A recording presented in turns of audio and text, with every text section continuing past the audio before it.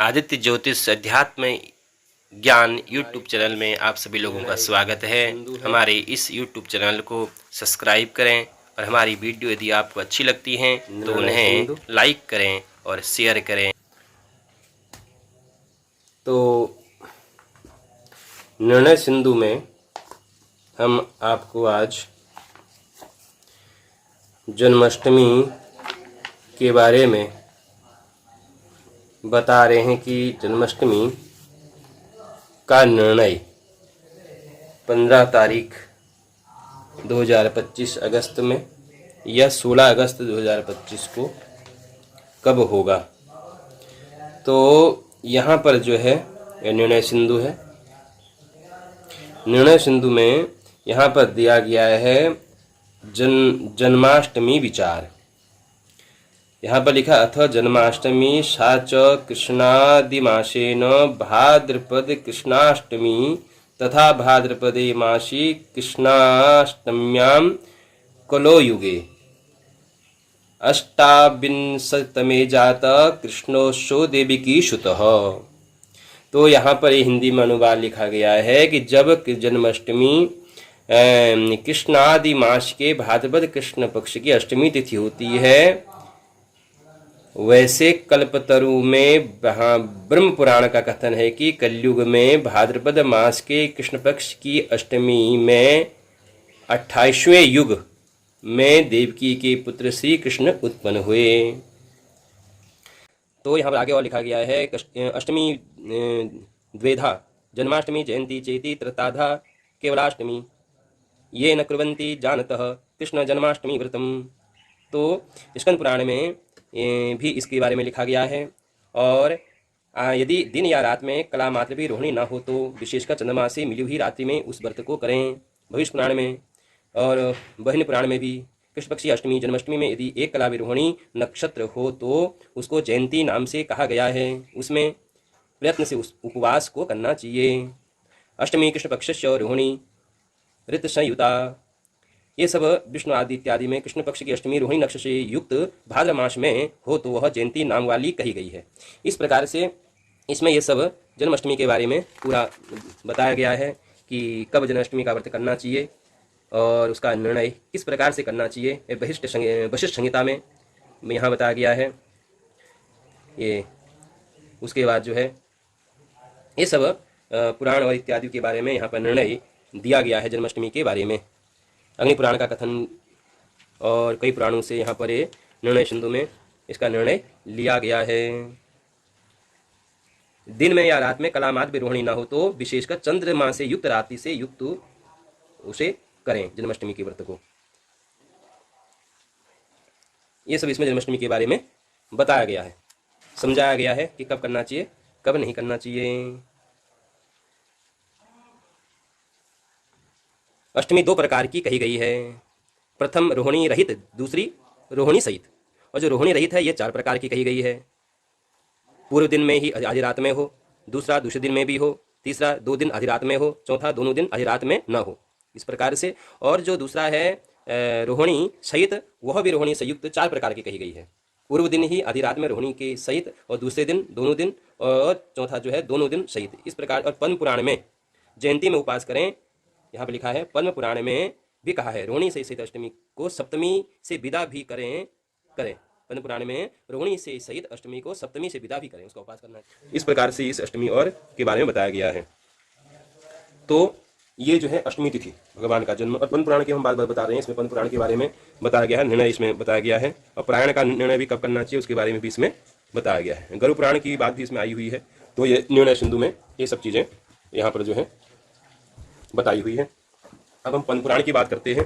तो पद्म पुराण में यहाँ पर ये आया हुआ है जन्माष्टमी व्रत। जन्माष्टमी व्रत के बारे में ये पद्म पुराण में भी बताया गया है। ये पद्म पुराण है।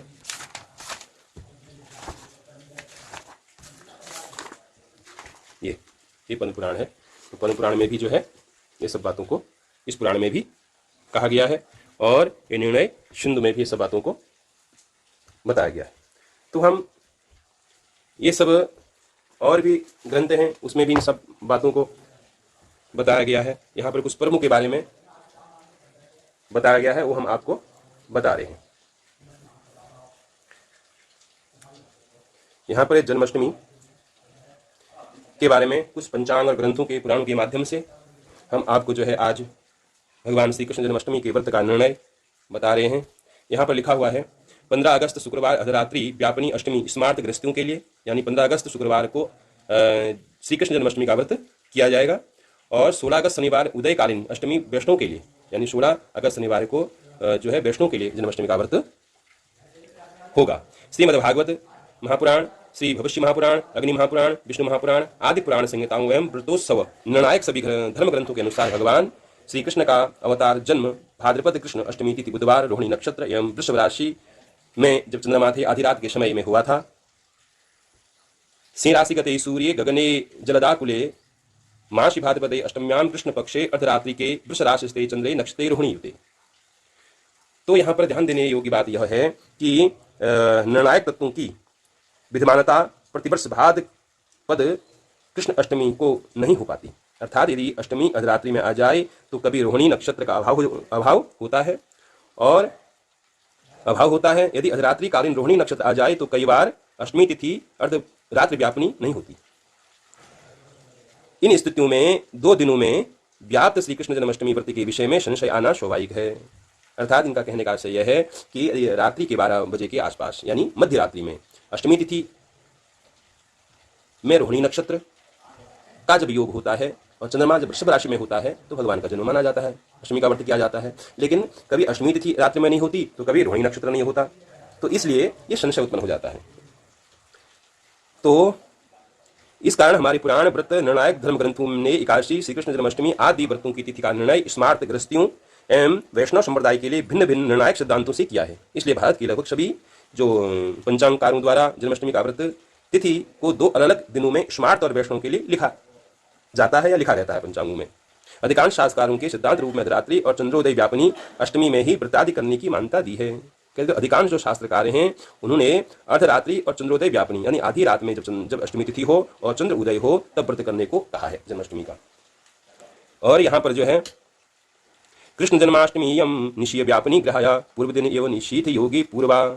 तो इस प्रकार से इन्होंने यहाँ पर लिखा हुआ है कि पंजाब, हिमाचल, जम्मू कश्मीर, हरियाणा, दिल्ली, राजस्थान आदि उत्तर पश्चिमी राज्यों के करोड़ों स्मार्त धर्मावलंबी गृहस्थी लोग गत सहस्त्रों वर्षों से इसी परंपरा का अनुसरण करते हुए सप्तमी युता अर्धरात्रिकालीन वाली अष्टमी को व्रत जब उपासना आदि कृत्य करते आ रहे हैं। जैसे यहाँ पर लिखा है स्मार्थानाम गृहणी पूर्वा प्रोष्या यतिभिः निष्काभिः गृहिभिः वनस्ते विधवाभिः वैष्णवस्य परे वो पोष्यः। ऋषि व्यास, नारद आदि ऋषियों के मतानुसार भी सप्तमी युता अष्टमी ही व्रत पूजन आदि हेतु ग्रहण करना चाहिए। और भी इन्होंने यहाँ पर कहा है ये, और ये कहते हैं कार्या विद्यापि सप्तम्याम रोहिणी सप्तमी सहिताष्टमी तत्र उपवासम कुर्वीत तिथ्यांति पारणम। नारद जी कहते हैं इस प्रकार स्मार्त संप्रदाय के लोग, जिसमें अधिकतर गृहस्थी लोग होते हैं, जन्माष्टमी व्रत के दिन का चयन करते हुए इस बात का पूरा ध्यान रखते हैं कि भगवान कृष्ण से संबंध या व्रत भी अर्धरात्रि व्यापनी अष्टमी के दिन ही किया जाए। यदि उसमें रोहिणी का योग भी हो तो और भी श्रेष्ठ है। परंतु वैष्णव मत वाले लोग विशेषकर मथुरा, वृंदावन सहित उत्तर प्रदेश, बिहार, महाराष्ट्र आदि प्रदेशों में उदयकालीन अष्टमी नवमी युता के दिन ही श्री कृष्ण जन्मोत्सव मनाते आ रहे हैं, चाहे उस दिन अर्धरात्रि को अष्टमी हो या न भी हो। वैष्णव संप्रदाय के अधिकांश लोग दूसरे दिन उदयकालीन नवमी युता अष्टमी वाले दिन ही अष्टमी को ही व्रत उत्सव करेंगे। पहले दिन अर्धरात्रि व्यापनी अष्टमी को सप्तमी विदा मानकर त्याग देंगे। इस प्रकार से ये इन्होंने यहाँ पर लिखा हुआ है वैष्णवास्तु अर्धरात्रि व्यापनीमपि रोहिणी युतामपि सप्तमी विधाष्टमी परित्यज्य नवमी युते ग्राह्याः। इस प्रकार वैष्णव संप्रदाय के अनुसार निर्धारित जन्माष्टमी के दिन ही तथा श्री कृष्ण जन्माष्टमी मथुरा को आधार मानकर मनाई जाने वाली श्री कृष्णाष्टमी के दिन ही केंद्रीय सरकार अवकाश छुट्टी की घोषणा करती है। साधारण गृहस्थी लोग स्मार्त भी इस अवकाश एवं उत्सव वाले दिन ही व्रत रख लेते हैं, जो कि शास्त्र विरुद्ध हो जाता है, क्योंकि सभी डायरियां व मीडिया आदि भी सरकार द्वारा उद्घोषित अवकाश को प्रमाण मान लेते हैं तथा उसी दिन व्रत कर लेते हैं, जबकि उसमें से 98% से भी अधिक लोग स्मार्त संप्रदाय गृहस्थी से समृद्ध होते हैं। परंतु सत्य वास्तविकता तो यह है कि अधिकांश शास्त्रकारों ने स्मार्त संप्रदाय वाले जन्माष्टमी अर्थात अर्धरात्रिकालीन अष्टमी को ही मान्यता प्रदान की है। लिखा है दिवा वा यदि व रात्रो नास्ति चेद रोहिणी कला रात्रियुक्तां प्रकुर्वीत विशेषणेन्दु संयुताम। 15 अगस्त 2025 ईस्वी शुक्रवार को सप्तमी तिथि रात्रि 11:50 तक है। उसके बाद अर्धरात्रि में अष्टमी तिथि व्याप्त है। अतएव गृहस्थी आदि स्मार्ट लोगों को व्रत पूजन, चंद्रमा को अर्घ्य देना, झूला झुलाना आदि के लिए यही दिन प्रशस्त होगा। जबकि 16 अगस्त 2025 ईस्वी शनिवार को अष्टमी तिथि रात्रि 9:35 तक ही व्याप्त है, अर्थात अर्धरात्रि के समय नौमी तिथि व्याप्त है। यद्यपि 16 तारीख को दोपहर 11:44 के बाद वृषभ राशियस्त चंद्रमा होने से अर्धरात्रि के समय भी वृषभ राशि चंद्रमा रहेगा, परंतु अष्टमी तिथि का अभाव रहेगा। कब? 16 तारीख की रात्रि में।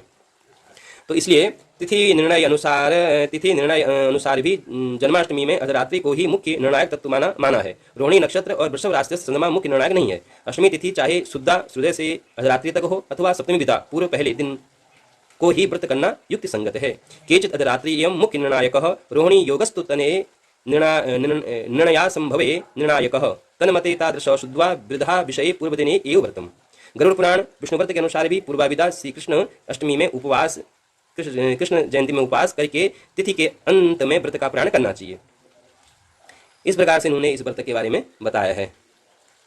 अर्थात जो तिथि कर्म के समय तक जिस दिन रहे वही ग्रहण करनी चाहिए। श्री कृष्ण का जन्म अर्धरात्रि व्यापनी अष्टमी में हुआ था, अतः जन्माष्टमी व्रत का कर्मकाल श्री कृष्ण की विशेष पूजा, श्री कृष्ण के निमित्त व्रत, बाल रूप पूजा, झूला झुलाना, चंद्र को अर्घदान, जागरण आदि अर्धरात्रि ही है। अतएव जन्माष्टमी व्रत रखने के लिए अर्धरात्रि में अष्टमी का होना अनिवार्य है। इसलिए जन्माष्टमी का व्रत, जिसका नाम ही हम देखते हैं जन्माष्टमी का व्रत है, जन्म अष्टमी, भगवान का जन्म अष्टमी में हुआ था रात्रि के समय में। यदि रात्रि में जन्म के समय अष्टमी तिथि ना हो तो ये फिर समझने वाली बात है। इसलिए कह रहे हैं कि अर्धरात्रि में अष्टमी का होना अनिवार्य है, तभी हम जन्माष्टमी का व्रत रखेंगे। यदि अष्टमी ही उस दिन नहीं है तो फिर व्रत कैसे होगा? अर्धरात्रि के समय नौमी तिथि का कोई औचित्य नहीं है। पहले दिन अर्धरात्रि व्याप्त अष्टमी को छोड़कर व्रत उस दिन करना जिस दिन अर्धरात्रि के समय अष्टमी व्याप्त नहीं कर रही, अपितु वहाँ नौमी तिथि है। किसी भी दृष्टि शास्त्रसम्मत एवं तर्कसंगत नहीं है। ध्यान रहे, भगवान श्री कृष्ण की जन्मस्थली मथुरा वृंदावन में वर्षों की परंपरा अनुसार जन्मोत्सव सूर्य उदयकालीन एवं नौमी में मनाने की परंपरा है, जबकि उत्तरी भारत में लगभग सभी प्रांतों में सैकड़ों वर्षों से अर्धरात्रि एवं चंद्रोदय व्यापनी जन्माष्टमी में व्रतादि ग्रहण करने की परंपरा है। तो ध्यान रहे, सप्तमी विदा अष्टमी वर्जित अवश्य है, लेकिन वह तब जबकि वह अष्टमी 2 दिन कर्मकाल अर्धरात्रि व्यापनी हो या वह दोनों दिन कर्म काल व्यापनी न हो। व्रत पर्व शास्त्र का यही आदेश है। वास्तव में श्री कृष्ण जन्माष्टमी का व्रत तथा जन्मोत्सव 2 अलग अलग स्थितियां हैं। इस प्रकार निर्णय यही लिया जाता है कि 15 अगस्त शुक्रवार को ही श्री कृष्ण जन्माष्टमी का पर्वकाल अर्धरात्रि अष्टमी है। इसलिए इस समय से पूर्व श्री कृष्ण के निमित्त व्रत, बाल रूप पूजा, झूला झुलाना, चंद्र तथा अर्घदान, जागरण, कीर्तन आदि का विधान होगा। इसलिए व्रत एवं उत्सव तो 15 अगस्त शुक्रवार को ही श्रेष्ठ एवं उत्तम होगा। अब स्मार्त और वैष्णव का भेद, स्मार्त क्या है और वैष्णव क्या होते हैं, कौन होते हैं, उनके बारे में हम आपको बताने जा रहे हैं।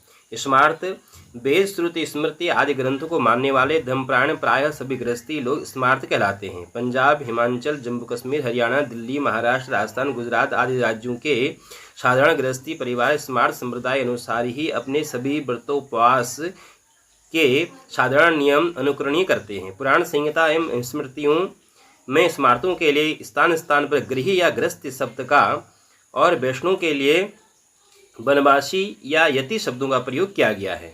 अब वैष्णव वे धर्मपरायण लोग जिन्होंने किसी प्रतिष्ठित वैष्णव संप्रदाय के गुरु से दीक्षा ग्रहण की हो, गले में श्री गुरु द्वारा दी गई कंठी धारण की गई हो तथा मस्तक एवं गले पर श्रीखंड, चंदन या गोपी चंदन या विष्णु चरण का तिलक, त्रिपुंड, ऊर्ध्वपुंड आदि के चिन्ह धारण किए हुए हों एवं विशिष्ट संप्रदाय से संबंधित भक्तजन वैष्णव कहलाते हैं।